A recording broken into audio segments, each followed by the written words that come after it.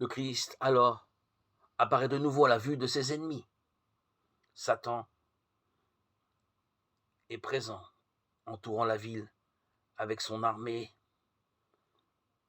Très haut au-dessus de la ville, sur des fondations d'or poli, est dressé un trône très élevé. Sur ce trône siège le Fils de Dieu, entouré des sujets de son royaume. La gloire du Père éternel enveloppe le Fils. L'éclat de sa présence déborde au-delà des portes, inondant la terre entière de son rayonnement. Tout près du trône se tiennent ceux qui, autrefois, avaient manifesté leur zèle pour la cause de Satan, mais qui, comme un tisson arraché au feu, ont suivi leur sauveur avec une profonde et intense ferveur.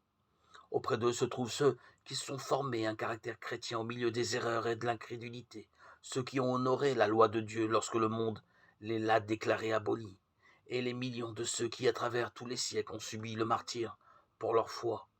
Plus loin campe la grande foule que personne ne pouvait compter, de toute nation, de toute tribu, de tout peuple et de toute langue, vêtus de robes blanches et des branches de palmier à la main. Apocalypse 7, 9.